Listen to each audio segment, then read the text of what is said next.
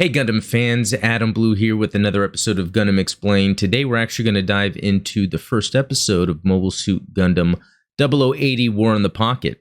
Now this anime was released in 1989 and it's actually the first of the Mobile Suit Gundam Universal Century that actually wasn't directed by Yoshiyuki Tamino. From that they actually did a little bit of redesign of the kind of old school mobile suits to kind of make them a little more modern. And as you can see when we get through the anime, how fantastic the designs are. Also, I want to say this marks my first video since hitting 500 subscribers on YouTube. I'm very thankful for that. Thanks to everyone that's involved. And, you know, I do have a giveaway going on. There is a link to the video in the description. You know, this is just to kind of show my appreciation as I gain subscribers. That lends to more comments. That lends to me more motivated to do these videos because I'm having a ton of fun. And I think this is really a good Gundam show to dive into because I think 0080 is kind of universally liked by anyone that's into Gundam.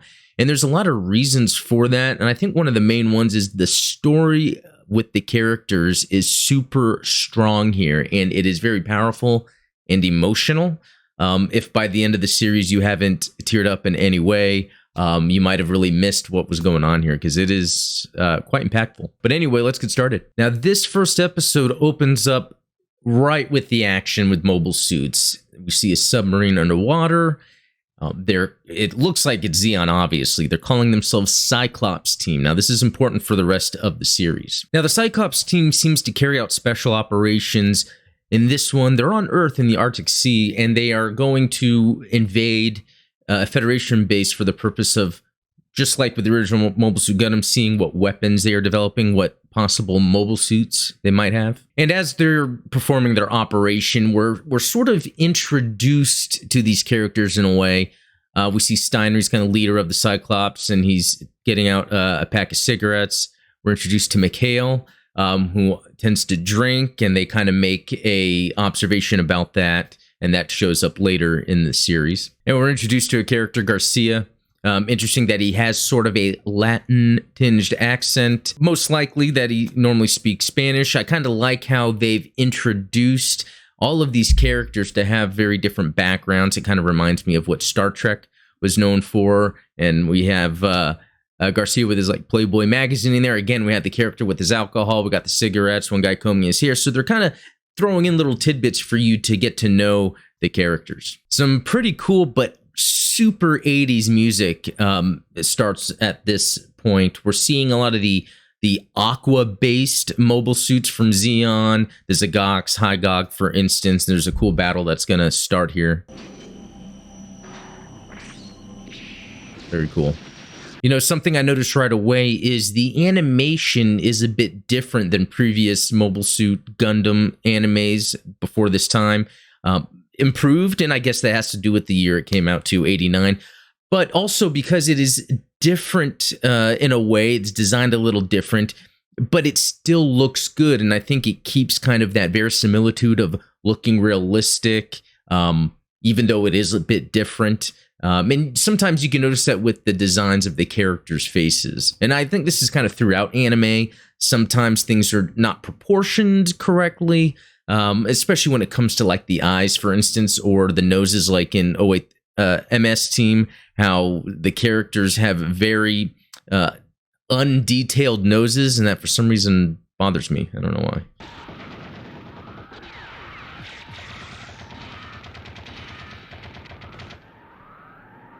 You know, that was some very interesting animation and I guess storyboarding of the fighting, how we're seeing parts of the mobile suits breaking apart, causing collateral damage. Very well done, in my opinion. Very good for an opening. And what's happening is, now that they are at this Arctic base, there's a shuttle taking off. The shuttle most likely has something valuable to the Earth Federation force. And the Zeon's operation, the Cyclops Team specifically, is trying to figure out what's going on or stop them. Now, the shuttle's about to take off, and Andy, one of the Cyclops Team Zeon soldiers, in his Hygog is wanting to take it out, but Steiner is telling him to stop and, you know, to hold back. And unfortunately, the consequence of that is him getting killed pretty brutally in his mobile suit.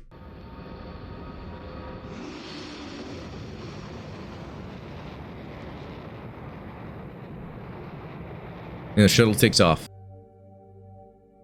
You can see that there's a lot of blood and gore in this. All right, and what an intro. Tons of action, sets up the story.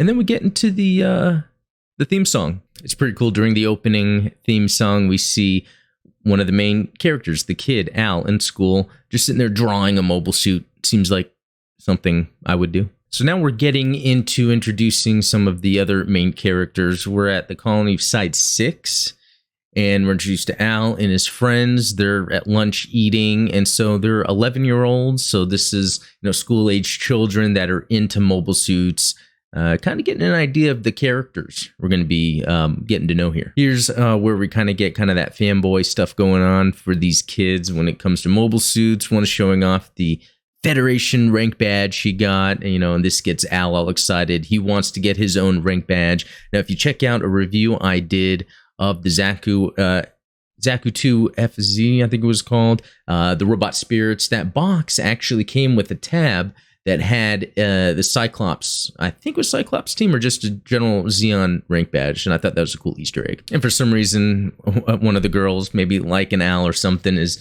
kind of teasing him for liking the mobile suits for the Xeon versus Federation thing.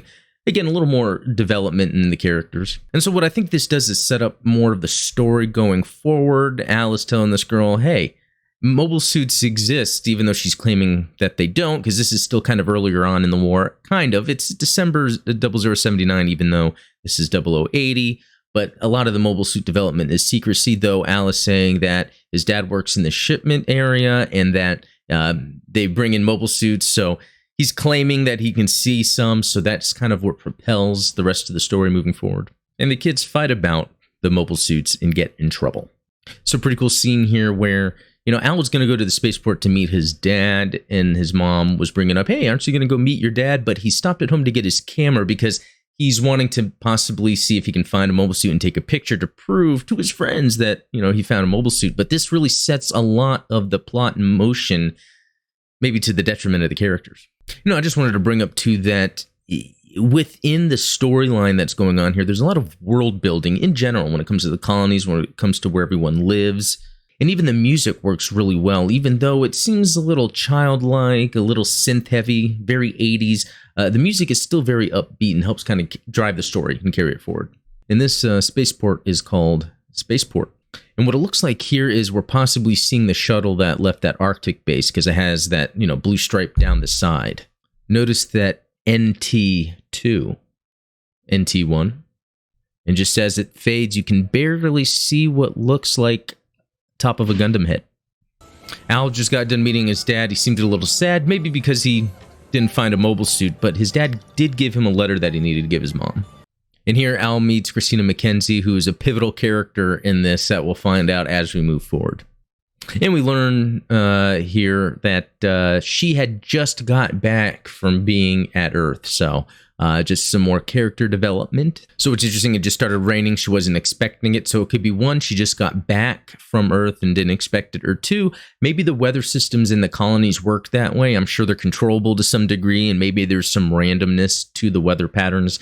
I don't know if anyone knows if there's any more information out there about the weather systems within the colonies in UC Gundam. You would think that it might be planned out. Weather could cause some issues and problems, so you would think if it was randomized, that might not be a good thing. I don't know. I think that's kind of an interesting aspect. Yeah, and you learn that Mackenzie, or Chris, that's kind of what they call her for short, has a government job, and she was called back to the colony on short notice. And some other cool world building here that helps with the story is she's just getting her luggage out, and you see an Earth Federation uniform. So things are starting to come together if you're paying attention.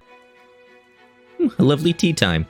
Al gives her mom that envelope that his dad asked him to give her, and she kind of just looks out the window after holding it. Oh, look, video games of the future.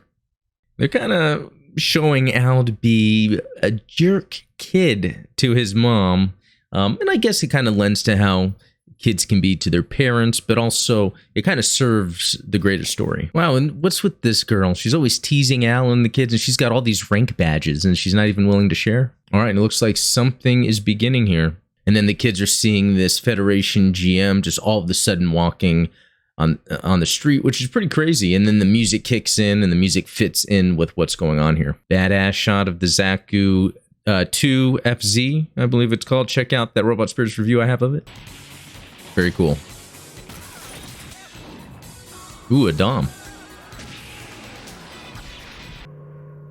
Very cool shot. So, pretty crazy because there's battles going on. There's a school there, and the mobile suit almost like runs right into the school. Could have caused a lot of destruction. But they see where the Zaku is headed off to, and Al decides to skip class and run straight to it. You know, it's really an interesting contrast here because we're hearing this music that's almost upbeat.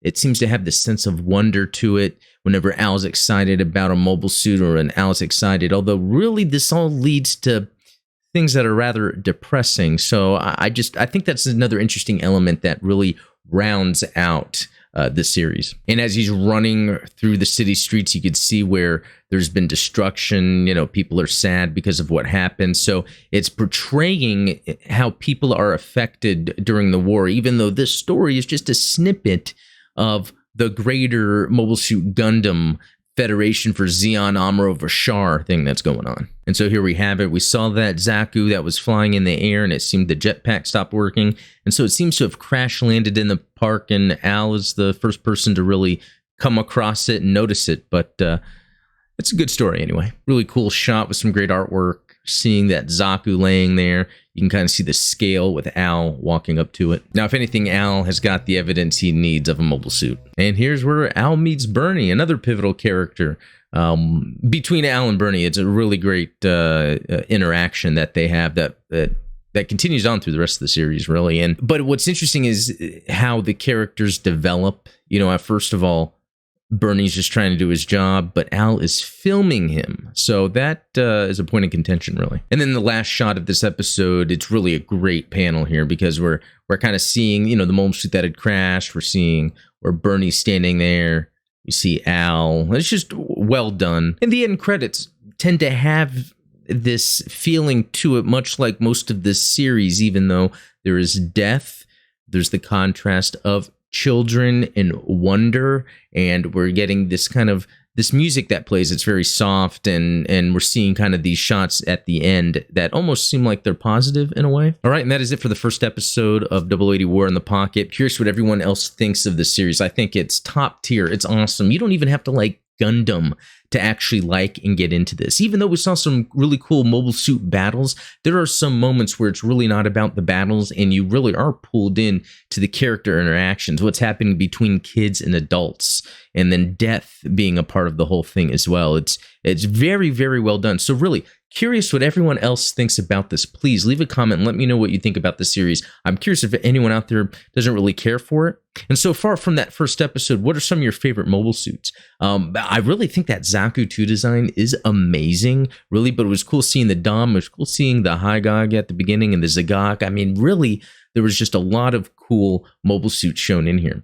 And, you know, another interesting element, too, is even though we are getting a lot more information about some of the characters, like specifically the kids and the family, there's some background story happening between the Earth Federation and the Zeon that is currently happening while this is taking place. But then as the story progresses, you get more information. What that helps is it makes this series very rewatchable, not only because of the world building, but also because then you can go back and see elements that are actually explained later. So anyway, thanks for watching. Be sure to like and subscribe if you haven't, and we'll talk later.